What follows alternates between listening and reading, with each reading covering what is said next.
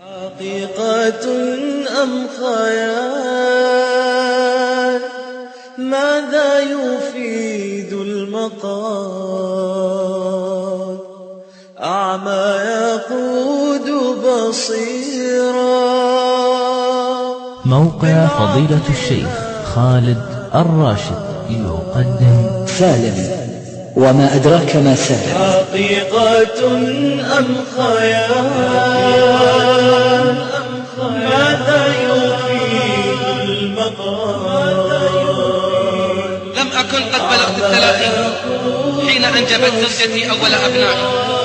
ما زلت أذكر تلك الليلة، كنت سهرانا مع الشلة في إحدى الشاليهات، كانت سهرة حمراء بمعنى الكلمة كما يقولون. أذكر ليلتها أني أضحكتهم كثيرا. كنت أمتلك موهبة عجيبة في التقليد، بإمكاني تغيير نبرة صوتي حتى تصبح قريبة من الشخص الذي أسخر منه. أجل، كنت أسخر من هذا وذاك، لم يسلم أحد مني حتى شلتي. صار بعض أصحابي يتجنبني كي يسلم من لساني وتعليقاتي اللاذعة. تلك الليلة سخرت من رجل أعمى رأيته يتسول في السوق، والأدهى أني وضعت قدمي أمامه ليتعثر. تعثر وانطلقت ضحكتي التي دوت في السوق. عدت إلى بيتي متأخرا، وجدت زوجتي في انتظاري، كانت في حالة يرثى لها. أين كنت يا راشد؟ قلت في المريخ ساخرا عند أصحابي بالطهر. كانت في حالة يرثى لها. قالت والعبرة تخنقها راشد، أنا تعبة جدا، الظاهر أن موعد ولادتي صار وشيكا. سقطت دمعة صامتة على جبينها. أحسست أني أهملت زوجتي، كان المفروض أن أهتم بها وأقلل من سهراتي، خاصة أنها في شهرها 9. قاست زوجتي الآلام يوما وليلة في المستشفى حتى رأى طفلي النور. لم أكن في المستشفى ساعتها، تركت رقم هاتف المنزل وخرجت. اتصلوا بي حتى تعلموني الخبر، ففعلوا. اتصلوا بي ليزفوا لي نبأ قدوم سالم. حين وصلت المستشفى طلب مني أن أراجع الطبيبة. أي طبيبة؟ المهم الآن أن أرى ابني سالم، لا بد من مراجعة الطبيبة قالوا لي. أجابتني موظفة الاستقبال بحزن. صدمت حين عرفت أن ابني به تشوه شديد في عينيه ومعاق في بصره. تذكرت المتسول، قلت سبحان الله، كما تدين تدان. لم تحزن زوجتي، كانت مؤمنة بقضاء الله راضية. طالما نصحتني، طالما طلبت مني أن أكف عن تقليد الآخرين.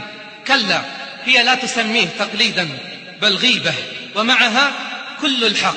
لم أكن أهتم بسالم كثيرا، اعتبرته غير موجود في المنزل. حين يشتد بكاؤه أهرب إلى الصالة لأنام فيها. كانت زوجتي تهتم به كثيرا وتحبه. لحظة، لا تظنوا أني أكرهه، أنا لا أكرهه، لكني لم أستطع أن أحبه. أقامت زوجتي احتفالا حين خطى خطواته الأولى، وحين أكمل الثانية اكتشفنا أنه أعرج. كلما زدت ابتعادا عنه زادت زوجتي حبا وتعلقا بسالم، حتى بعد أن أجبت عمرا وخالدا.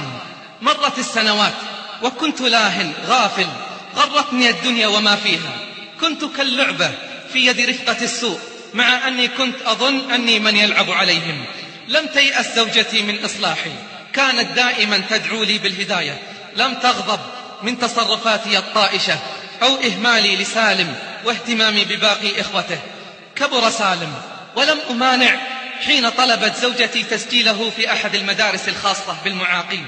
لم أكن أحس بمرور السنوات، أيامي سواء، ليلي ونهار، عمل ونوم، طعام وسهر. حتى ذلك اليوم كان يوم الجمعة. استيقظت الساعة 11 ظهرا. ما يزال الوقت مبكرا أقول، لكن لا يهم. أخذت دشا سريعا، لبست وتعطرت وهممت بالخروج.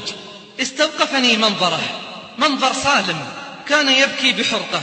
إنها المرة الأولى التي أرى فيها سالم يبكي مذ كان طفلا.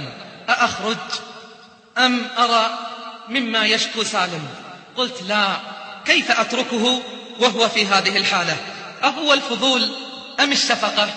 لا يهم. سألته: لماذا تبكي يا سالم؟ حين سمع صوتي توقف، بدأ يتحسس ما حوله. ما به يا ترى؟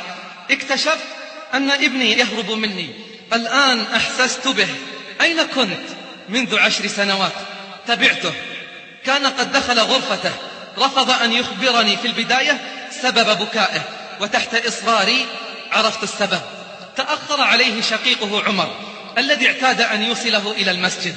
اليوم الجمعة خاف سالم ألا يجد مكانا في الصف الأول، نادى والدته لكن لا مجيب. حينها وضعت يدي على فمه كأني أطلب منه أن يكف عن حديثه، وأكملت: حينها بكيت يا سالم. لا أعلم ما الذي دفعني لأقول له: سالم لا تحزن، هل تعلم من سيرافقك اليوم إلى المسجد؟ أجاب سالم: أكيد عمر. ليتني أعلم إلى أين ذهب. قلت: لا يا سالم، أنا من سيرافقك، أنا من سيرافقك. استغرب سالم، لم يصدق، ظن أني أسخر منه. عاد إلى بكائه. مسحت دموعه بيدي وأمسكت بيده. أردت أن أوصله بالسيارة، رفض قائلا: أبي، المسجد قريب، أريد أن أخطو إلى المسجد فإني أحتسب كل خطوة أخطوها. يقول: لا أذكر متى آخر مرة دخلت فيها المسجد، ولا أذكر آخر مرة سجدت فيها لله سجدة. هي المرة الأولى التي أشعر فيها بالخوف والندم، الندم على ما فرطت طوال السنوات الماضية. مع أن المسجد كان مليئا بالمصلين، إلا أني وجدت لسالم مكانا في الصف الأول. استمعنا لخطبة الجمعة معا وصليت بجانبه. بعد انتهاء الصلاة طلب مني سالم مصحفا. استغربت، كيف سيقرأ وهو أعمى؟ هذا ما تردد في نفسي، ولم أصرح به خوفا من جرح مشاعره. طلب مني أن أفتح له المصحف على سورة الكهف. نفذت ما طلب، وضع المصحف أمامه وبدأ في قراءة السورة. يا الله، إنه يحفظ سورة الكهف كاملة وعن ظهر غيب. خجلت من نفسي، أمسكت مصحفا، أحسست برعشة في أوصالي. قرأت وقرأت ودعوت الله أن يغفر لي ويهديني. هذه المرة أنا الذي بكى. بكيت حزنا وندما على ما فرطت، ولم أشعر إلا بيد حنونة تمسح عني دموعي. لقد كان سالم يمسح دموعي ويهدئ من خاطري. عدنا إلى المنزل. كانت زوجتي قلقة كثيرا على سالم، لكن قلقها تحول إلى دموع فرح حين علمت أني صليت الجمعة مع سالم. منذ ذلك اليوم لم تفتني صلاة الجماعة في المسجد. هجرت رفقاء السوء وأصبحت إلى رفقة خيرة عرفتها في المسجد. ذقت طعم الإيمان، عرفت منهم أشياء ألهتني عن الدنيا. لم أفوت حلقة ذكر أو قيام. ختمت القرآن عدة مرات في شهر وأنا نفس الشخص الذي هجره سنوات.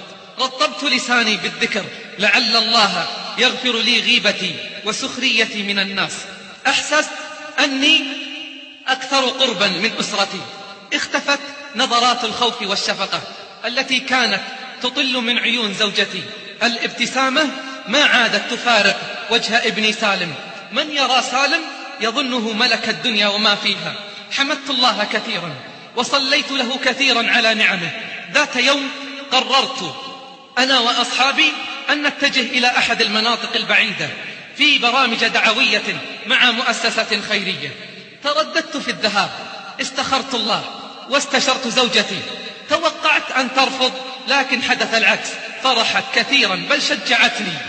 حين أخبرت سالم عزمي على الذهاب أحاط جسمي بذراعيه الصغيرين فرحا، ووالله لو كان طويل القامة مثلي لما توانى عن تقبيل رأسي. بعدها توكلت على الله وقدمت طلب إجازة مفتوحة بدون مرتب، والحمد لله جاءت الموافقة بسرعة أسرع مما تصورت. تغيبت عن البيت 3 أشهر. كنت خلال تلك الفترة أتصل كلما سنحت لي الفرصة بزوجتي، أحدث أبنائي. لقد اشتقت لهم كثيرا، لكني اشتقت أكثر لسالم. تمنيت سماع صوته هو الوحيد الذي لم يحدثني منذ سافرت، إما أن يكون في المدرسة أو المسجد ساعة اتصالي بهم.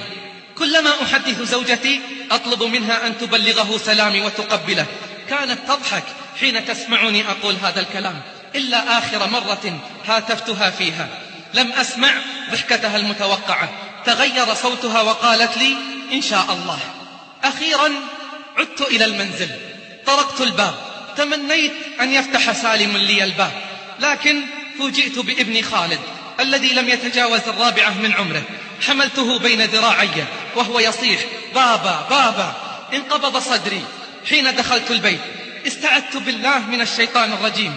سعدت زوجتي بقدومي، لكن هناك شيء قد تغير فيها، تأملتها جيدا، إنها نظرات الحزن التي ما كانت تفارقها عادت مرة ثانية إلى عينيها. سألتها ما بك؟ قالت لا شيء، هكذا ردت. فجأة تذكرت من نسيته للحظات، قلت لها أين سالم؟ خفضت رأسها ولم تجب. لم أسمع حينها سوى صوت ابني خالد الذي ما زال يرن في أذني حتى هذه اللحظة. قال أبي إن سالم راح عند الله في الجنة.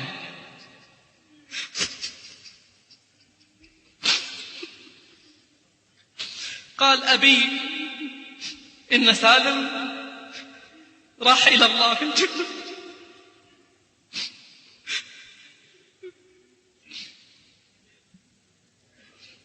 لم تتمالك زوجتي الموقف، أجهشت بالبكاء وخرجت من الغرفة. عرفت بعدها أن سالم أصابته حمى قبل موعد مجيئي بأسبوعين. أخذته زوجتي إلى المستشفى، لازمته يومين، وبعد ذلك فارقته الحمى حين فارقت روحه الجسد. أحسست أن ما حدث ابتلاء واختبار من الله.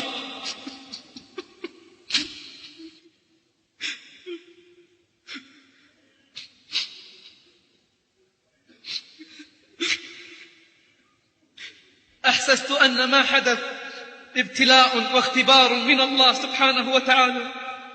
أجل إنه اختبار، وأي اختبار. صبرت على مصابي وحمدت الله الذي لا يحمد على مكروه سواه. ما زلت أحس بيده تمسح دموعي وذراعه تحيطني. كم حزنت على سالم الأعمى الأعرج.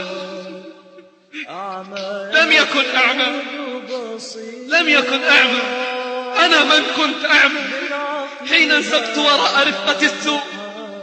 ولم يكن سالم أعرج لأنه استطاع أن يسلك طريق الإيمان رغم كل شيء. لا زلت أتذكر كلماته وهو يقول إن الله ذو رحمة واسعة. سالم الذي امتنعت يوما عن حبه اكتشفت أني أحبه أكثر من إخوانه. بكيت كثيرا وما زلت حزينا. كيف لا أحزن وقد كانت بدايتي على يديه؟ كيف لا أحزن وقد كانت بدايتي على يديه؟ اللهم تقبل سالم في رحمتك. حقيقة أم خيال؟ ماذا يفيد المقال؟